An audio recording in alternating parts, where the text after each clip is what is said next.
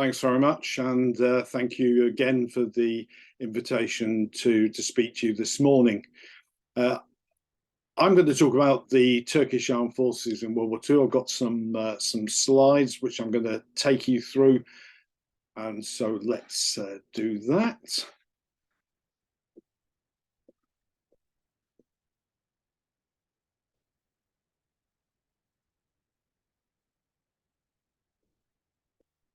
Okay, hopefully everyone can see that. As I said, most of this presentation comes from the content that's in my book, Chasing the Soft Underbelly, Turkey in the Second World War, which is available from Helium Books. That's my sales pitch for the day.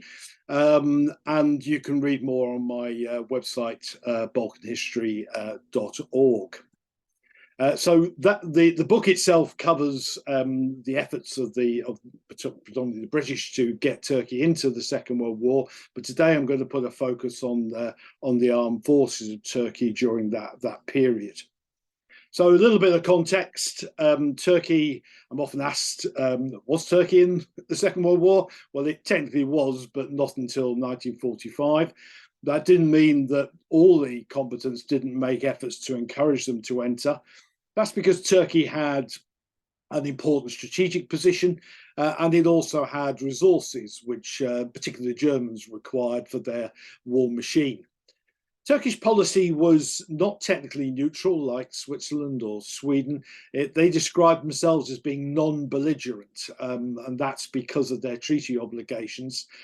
In the words of Ataturk, their policy was peace at home and peace abroad. And that was largely because they were recovering from two wars, which had a huge impact on the country. However, the government did understand that peace was contingent on preparing for war if it came. They had a largely defensive foreign policy. They'd signed the Balkan Entente in 1934 with their Balkan neighbours, with the exception of Bulgaria. They had a 1939 treaty with France and Britain. They had important economic links with Germany, which we'll talk about later. And their primary concern was not Hitler's Germany, but rather the Soviet Union and to a lesser degree, Bulgaria.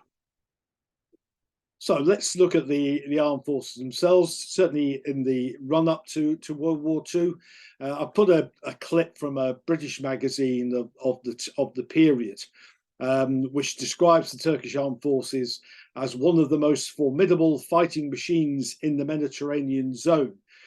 Even allowing for wartime hype, this really wasn't true, and the Turkish government themselves knew better. The Turkish armed forces were about 200,000 strong with relatively few modern weapons.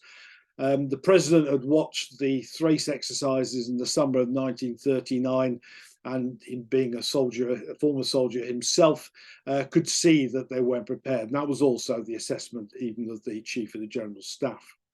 So they authorised a big increase in military expenditure to expand the armed forces in case they got drawn into a war. So looking at the army, first of all, the army was largely bound by World War I doctrine.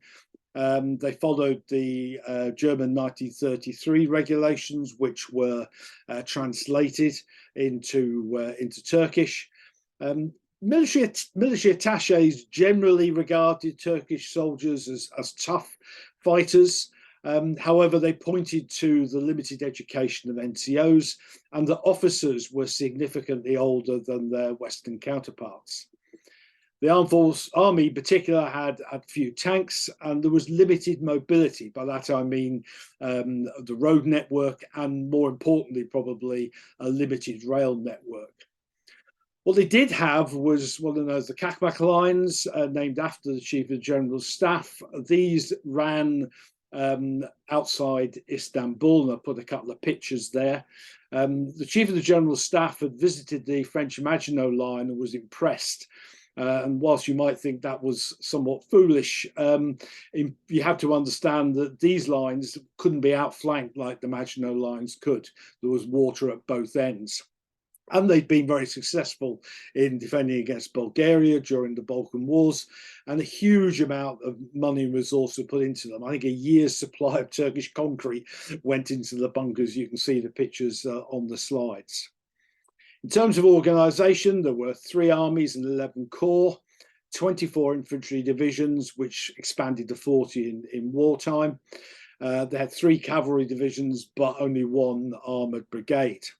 There were other units separate to the corps structure: fortress commands, frontier guards, and the gendarmerie. This was all supported by conscription, which brought about 80,000 conscripts per year.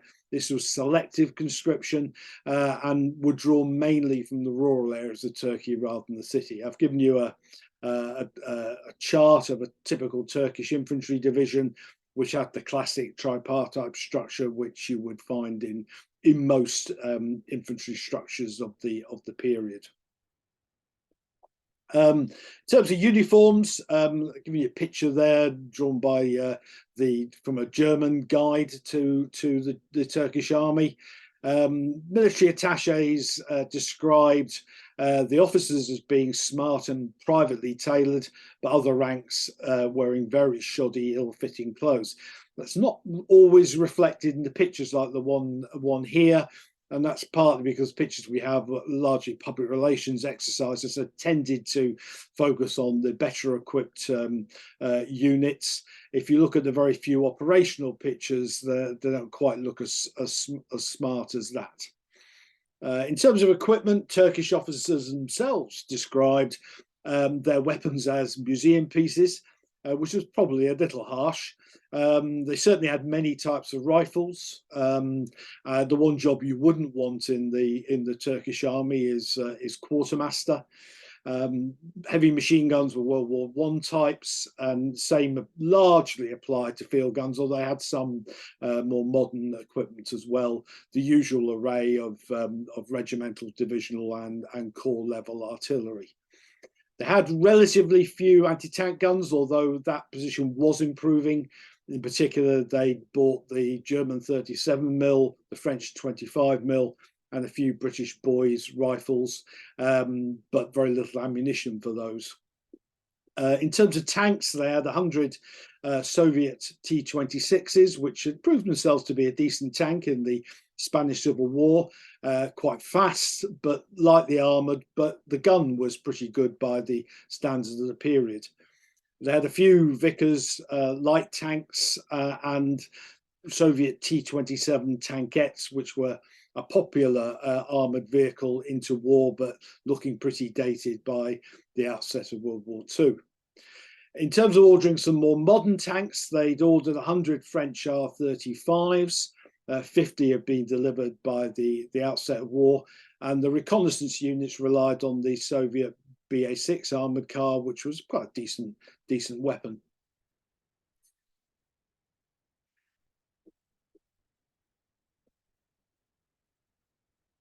Right, I've put a few pictures up here just for your benefit. Obviously, BA-6 armoured car, top left, T-26 in the middle, some armoured cars, a cavalry, rather dramatic if somewhat posed cavalry unit, showing actually typically Turkish troops were seen wearing the cap, which looked like a bit of a sort of jockey cap.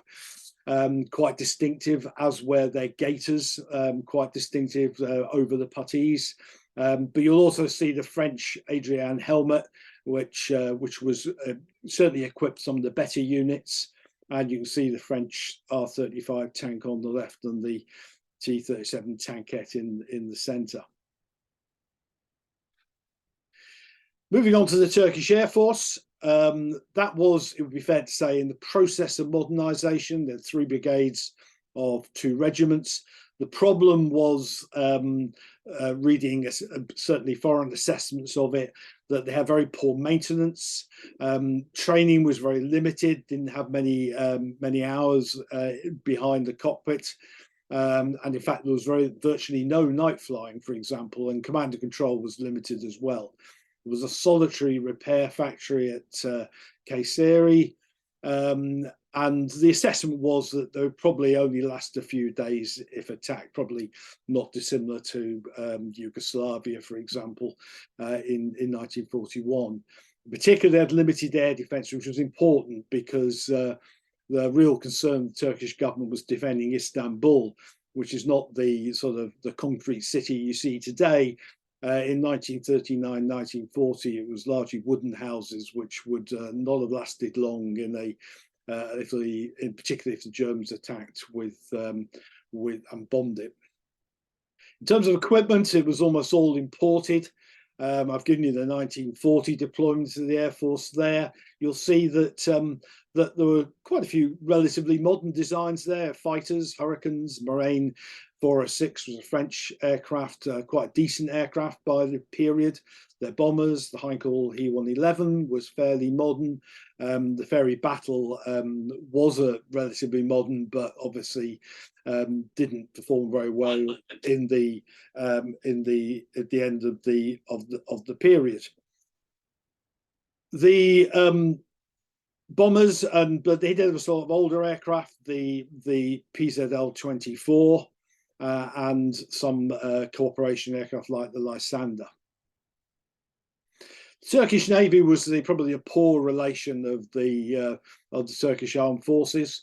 It was a limited coastal navy, largely focused on defending the straits. There were budget limitations, and the navy simply wasn't seen as a priority. It certainly wasn't the sort of blue water strategy you see in the Turkish Navy today. There had been some modernisation. The classic was the battlecruiser Yavuz, the old German Goeben, had been modernised, and they'd also acquired, were in the process of acquiring new ships from Italy, Germany, and Britain. Some of those got delivered during the war, but the basic problem when you look at the fleet summary in the graphic there is that it really just didn't have very many ships. Certainly not nearly enough to defend the country that has a coastline as long as Turkey does. So in the book, I've rather taken the expansion of the Turkish Armed Forces with the narrative of the story rather than putting it in one place. So here I'm going to try and pull the elements of that together for you. In 1941, we had obviously the expansion, not least because the Axis arrived on the borders of Turkey in the west, certainly in Greece and Bulgaria. So the army and other parts of the armed forces shifted very much to the west of the country. The country was put on a wartime footing. That meant the economy, the blackouts in Istanbul and some other cities. The army expanded from 11 to 17 corps with 43 infantry, 2 cavalry and 2 mechanized divisions. The Air Force grew to 500 aircraft in 22 squadrons, and they brought in another 100 anti-aircraft guns. This was a period where Turkey was probably at its most friendly with the Axis, particularly with the Germans. A deal was done in 1941, Turkish-German treaty, which had no military consequences, but essentially the deal was that Turkey continued to supply raw materials to Germany, particularly chromite, which is an ore used in steel production. And in return, the Germans provided locomotives, and they also provided, quite extraordinary in my view, 72 Focke-Wulf 190s, which were cutting-edge German aircraft at the time. And it really is quite surprising that they would do that. In 1943, we had what was called Operation Hardihood. I'm going to talk a bit about that because this is probably the biggest expansion of the Turkish Armed Forces. This followed what was known as the Adana Conference, where Churchill and the president met, and the Allies agreed to modernise the Turkish Armed Forces. The Chief of the Turkish General Staff provided, frankly, an enormous long list of equipment he would like to have, which the American embassy official described as like feeding an 8-course dinner to an 8-day-old baby. Churchill would recognise this, but said a little bit of indigestion wouldn't do the Turks any harm. Anyway, they didn't get anything like the long list. which I think from memory incorporates something like 1,000 Sherman tanks. But they did get 230 Valentines. That was 180 of the Mark III. That's a 2-pounder version. And later they got 50 of the Mark IX, which had the 6-pounder gun. 220 Stuart tanks and some 25 Shermans. They also got 150 Dingo scout cars, 59 Bren carriers, and 48 of the Bishop self-propelled gun. Not a well-known piece of kit. The British like to call their self-propelled guns after religious figures, and we had the priest, the sexton, and the Bishop was a 25-pounder with a cover across it. Pretty decent equipment to support their armoured brigades. So the Turks created 3 armoured brigades using this equipment, two battalion regiments in each brigade, which had 72 tanks, plus recon, which are mostly the Dingoes, and the artillery was a mixture of the Bishops and 20-towed 25-pounder howitzers. The infantry divisions got about 100,000 small arms of all types, mostly British Lee Enfield rifles and Thompson submachine guns. They got the Piat handheld anti-tank weapon, 40mm Bofors anti-aircraft guns, the 6-pounder anti-tank gun, again, another picture of that there from the Istanbul Army Museum, and 25-pounder field guns, which were, again, good kit by the standards. They also got from the Germans 35 Panzer IIIs and 37 Panzer IVs, and these were used to equip a independent tank regiment based in Ankara. The Air Force and the Navy also got kit, 60 Hurricanes, nowhere near the large number of Spitfires the Turkish Air Force wanted, but they also got 36 of the P-40s that have performed very well in the Desert War, and some Blenheims and Beaufighters, which had come in handy particularly for naval operations. They also, interestingly, got some Liberators. A lot of Liberators later in the war, when they were bombing Romania from Italy or from the Middle East, flew back, and some crash landed or strayed into Turkish airspace. And the Turks used these, cannibalizing some of the crash ones, to equip a squadron of Liberator bombers. The Allies also built 38 airfields, but half of them were all weathers surfaces, so that the Air Force had something to operate off. The Navy didn't get very much, again, I'm afraid. 2 destroyers and a couple of subs, some motor torpedo boats, and 1 or 2 other bits and pieces. The big problem, particularly for the Army, less for the Navy and the Air Force, but for the Army, was that training was not well assimilated. Again, this boils down probably to educational standards. The trainers recognised, the reports indicate, probably about 20% of training was assimilated. There are bigger quotes in the book, but one of them said that in relation to senior officers, that Turkish senior officers fear modern training methods, have so far proved incapable of being trained, and have not admitted the need for training. Now, also a big problem, as the trainers saw it, there were no follow-up attachments. That's attaching the training staff to the operational units, because this was not allowed apparently under Turkish law. Now, if you think this sounds like a bit of pompous British semi-colonial guff, that was my initial reaction as well. But then when you read US, German, and even in the Turkish Armed Forces' own assessments of their training ability, they were all pretty similar. So I think on this occasion, it was probably pretty accurate. So finally, in conclusion, Operation Saturn added to Operation Hardihood Allied troops. So the idea was, right, we modernise the Turkish Armed Force, but then we add in particularly Air Force units, anti-tank units, and anti-aircraft defences to bolster where the Turkish Armed Forces were probably weakest. All of this, I'm afraid, got cancelled in February 1944. Because the president who'd semi-committed to joining the war by that that date had received reports from his own Chief of General Staff that the Turkish Armed Forces were simply not ready.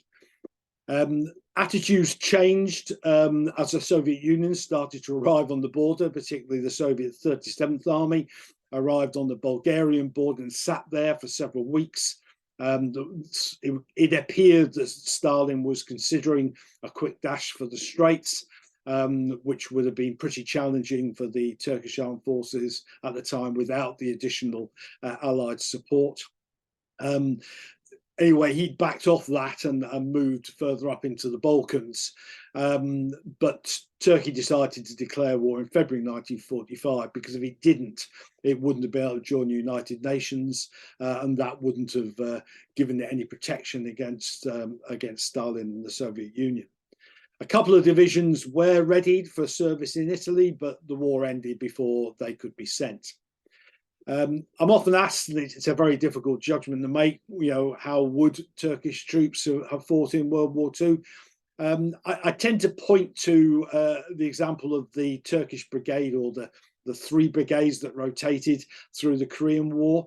They were generally regarded as some of the best troops in the UN contingents in the Korean War. Certainly fought very toughly and took high casualties. And were much regarded by everyone who said that. However, they did have rigid command. By that I mean probably below the general level.